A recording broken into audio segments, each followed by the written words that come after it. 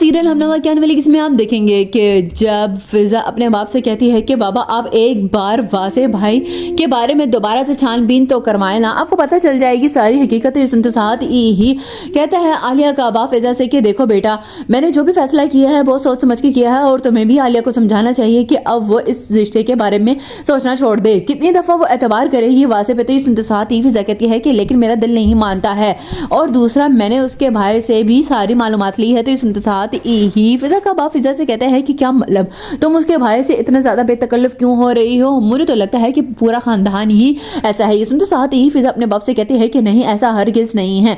आपको नहीं पता कि किस तरह वासे भाई की अम्मी ने ये रिश्ता खत्म करवाया था और वो लड़की भी फ्रॉड थी। दूसरे सीन में आप देखेंगे कि उधर जब कहता है अकरम अपने भाई वासे से कि वासे भाई बहुत ही अच्छा हुआ कि आप लोगों का पैचअप हो गया, नहीं तो मेरा पता नहीं क्या बनता। तो सुनते साथ ही वासे कहता है कि क्या मतलब तुम्हारा क्या बनता, मैं कुछ समझा नहीं हूँ इस बात का मतलब क्या है। तो सुनते साथ ही अकरम अपने भाई से कहता है कि बस ऐसे ही कह दिया मैंने, आप भी बाल की खाल निकाल रहे हैं। ये सुनते साथ ही वासे कहते हैं कि नहीं, एक मिनट जरा, कहीं तुम फिजा में तो इंटरेस्टेड नहीं हो गए हो? तो ये सुनते साथ ही अकरम कहता है कि हाँ, अगर आपकी शादी हो जाए तो फिर मेरी भी बात बन जाएगी और अम्मी के लिए भी आसानी हो जाएगी, बहू दूसरी ढूंढने में कोई मुश्किल नहीं होगी। लास्ट सीन में हम देखेंगे कि उधर जब कहती है कि असफर बेटा देखो, तुम बहुत ही ज्यादा गलत सोच रहे हो, तुम्हारे अंकल ने बिल्कुल ठीक फैसला किया है। तो सुनते साथ ही आलिया की माँ को असफर कहता है कि नहीं, आप लोगों ने मेरा तो जीना हराम किया हुआ है कि मैं बिल्कुल भी कुछ नहीं करता हूँ, खाली कमाना ही नहीं होता, किरदार भी जरूरी होता है। तो सुनते साथ ही